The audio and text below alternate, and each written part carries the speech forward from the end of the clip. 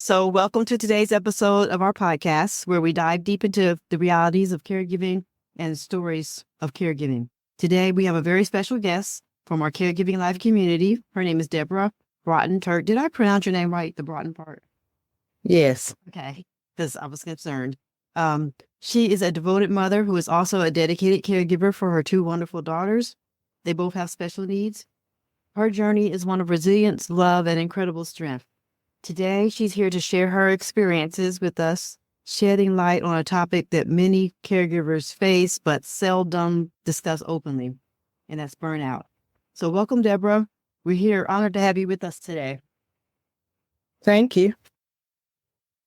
Okay, I had questions, but we can kind of live on the questions. And I was wondering if you could start by sharing a bit about your daughters, if you don't mind talking about them. We can move on. And your daily caregiving routine. I have two daughters. My older daughter name is Miracle. She's 27. She has a mild case of cerebral palsy. My younger daughter name is Mariah. She is 24 and she has autism. My daily routine is helping with activities of daily living, such as bathing, grooming, doing various activities they enjoy, and preparing meals. Occasionally, we go out in the community and may have lunch. That sounds nice.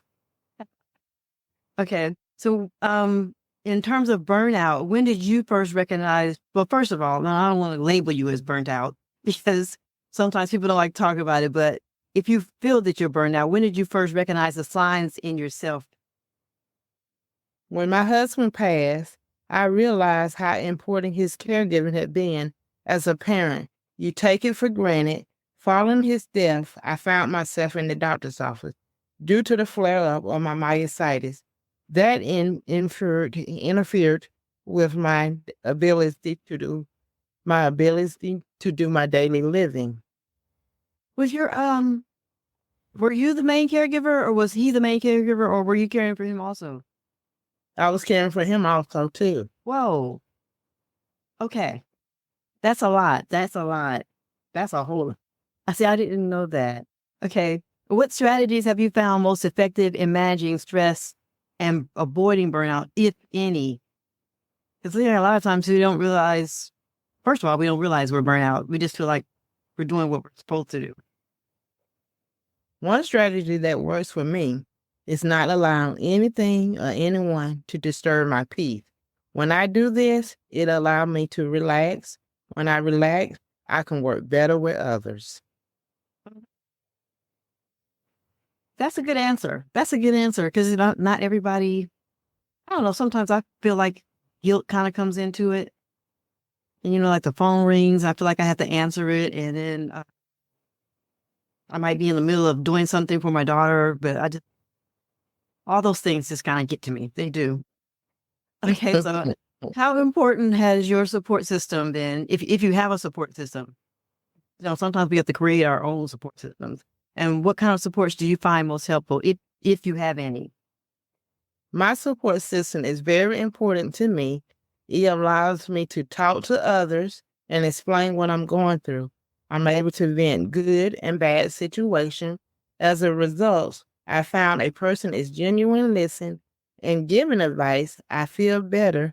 Their advice allow me to look at my situation from a different perspective, and I'm able to understand it better. Do you accept it? Yeah. Oh, okay. Sometimes I buck up against it. Okay. Can you share one of the most challenging days you've had, if you don't mind, because I know that your husband has recently passed away. So if you don't want to talk about it, that's fine too. And if you could share one of your most difficult days, your challenging days, and how you handle it.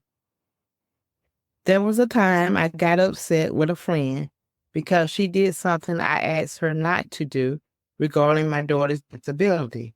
In the heat of the moment, I said some ugly things to her. She apologizing. Realizing what I had done, I quickly apologized to her. When she accepted my apology, I felt relief because we were able to remain friends. Would you trust her again with your daughter? Yes, I would. Good. That means you guys are good friends. Okay. What advice would you give to other caregivers who might be starting to feel overwhelmed or burn out?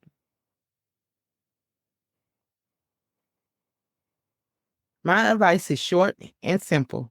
Ask for help and accept it. Asking for help show no one is perfect. We can all learn from others. Accepting help show that we cannot do everything alone. It truly does take a village to deal with issues of caregiving.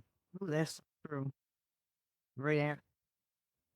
Okay, what does self-care look like for you?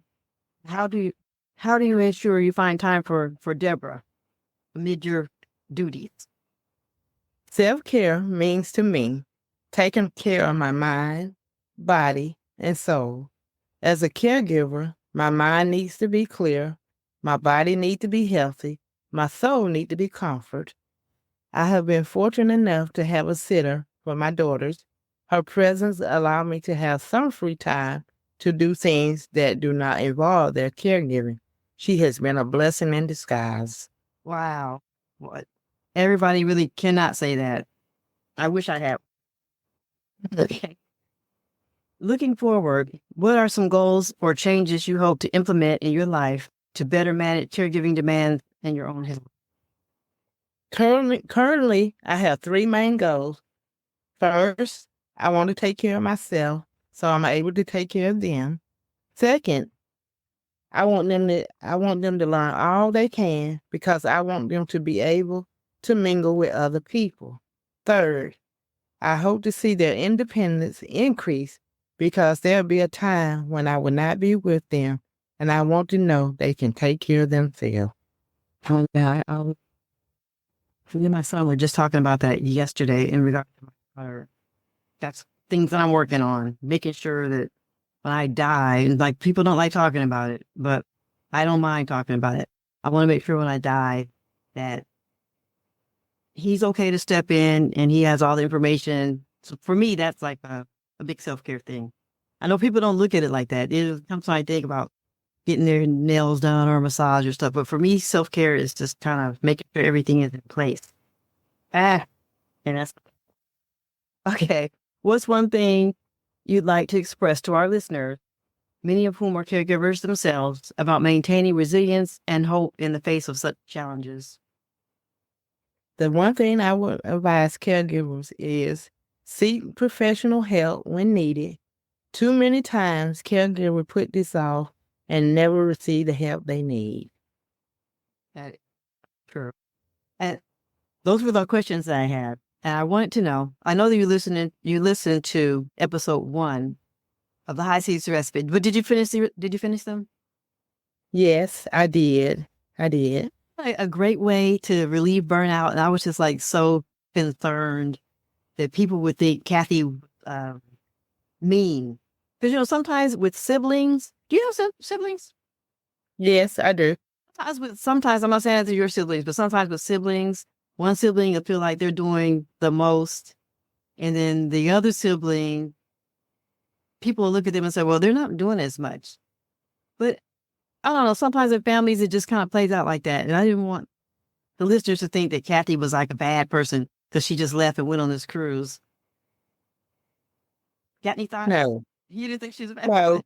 I know when she got to the boat, and I felt like I was getting on the boat because I like cruising.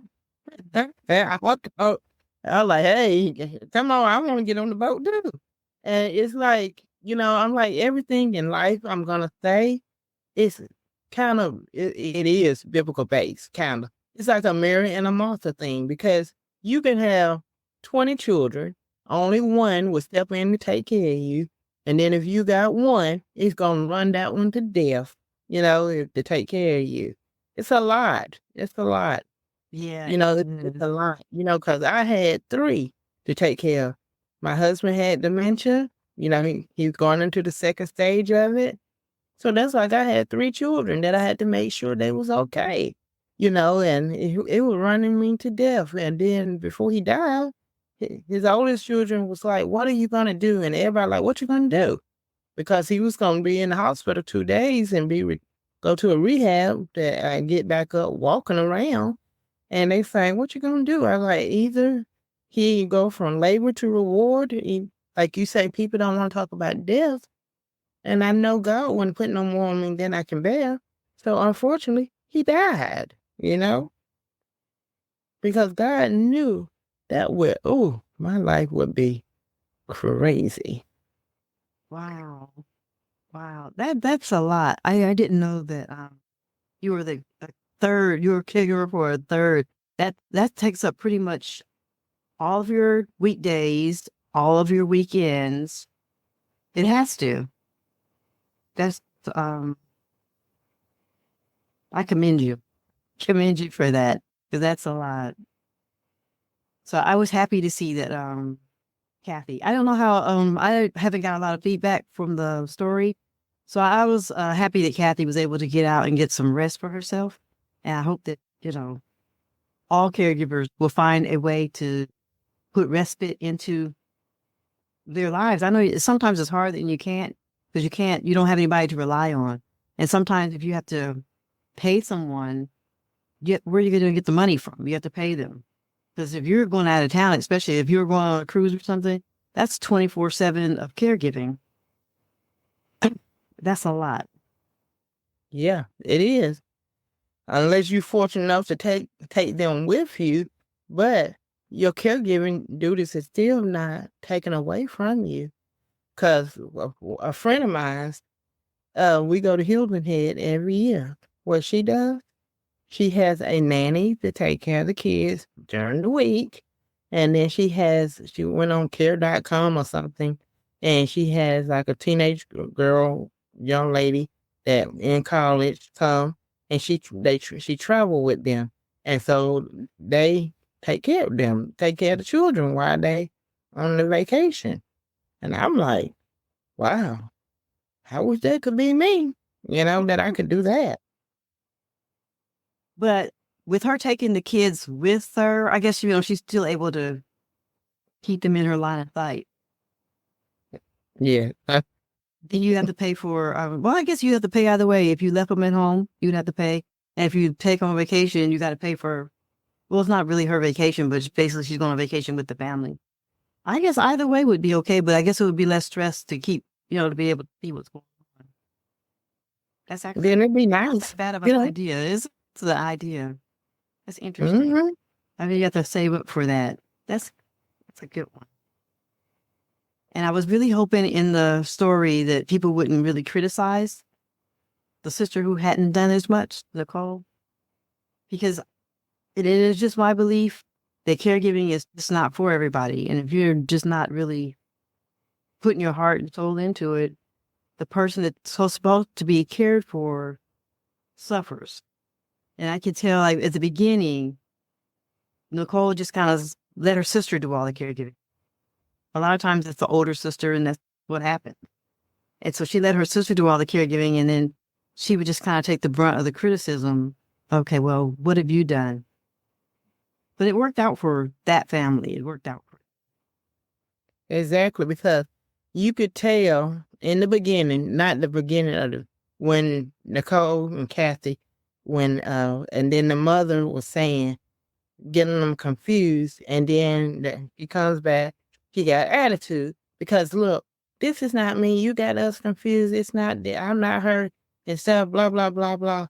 Then she had to think, where her mom mindset is, like, even though taking care of patients with dementia, you have to agree with them, even though it's a lie, some of it can be, but you just go with the flow. You can't get upset because you have to think about it. You got to think about it. You got to keep yourself grounded. Because if not, you explode, and guess what's going to happen? You're going to take it out on them. Just like I said, when I got upset and I said those words that I shouldn't say, my face got beat red, and I'm dark. And I could feel the heat when I did it. And I knew I was wrong, but it just made me so angry. And I'm like, oh my God, why would I let this happen? Why? Burnout. Why don't I let that? I know, right? Because I guess I was going through a lot at that time.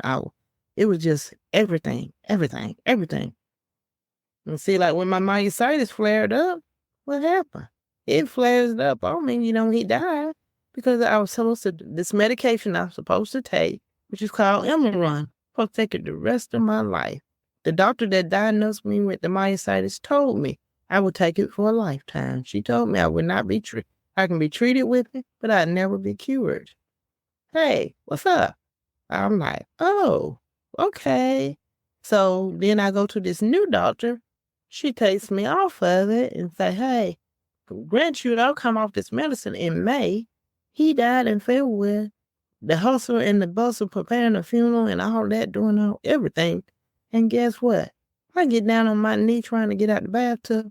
That my muscle in my left leg is burning like crap. And I know it's flared up. Then I get blood work. My muscle enzyme 5,190. Now they down to 3,000. They're coming down. But guys, what? My muscle it's messed up. Yeah, I'm like, hey. And then she talking about, and she got me on steroids. My diabetes hate that steroid because it takes my sugar level to a different level. I get high and honey, I get 400 something, 300 something. And I'm like, and then I have to take a boatload of insulin trying to get it down. And I can't live like that. Okay, I have one last question. What are you going to do this week for Deborah? So what I'm going to do For just you, not for your daughters, not for your friends and family. What are you going to do just for you? I don't even have nothing planned right now. I don't. But Deborah, Okay, so you think interesting. about it and plan something just for Deborah. I know, right? Because I think that's the key to relieving, not relieving all stress, but relieving stress and easing your burnout. Just give a thought to just you. Hmm. So you think about it. I know, because Deborah always on the back burner. Yeah. We always put ourselves last. As caregivers, we always put ourselves last. Yeah, I was like, Deborah always on the back burner. She always there. I was like, yeah.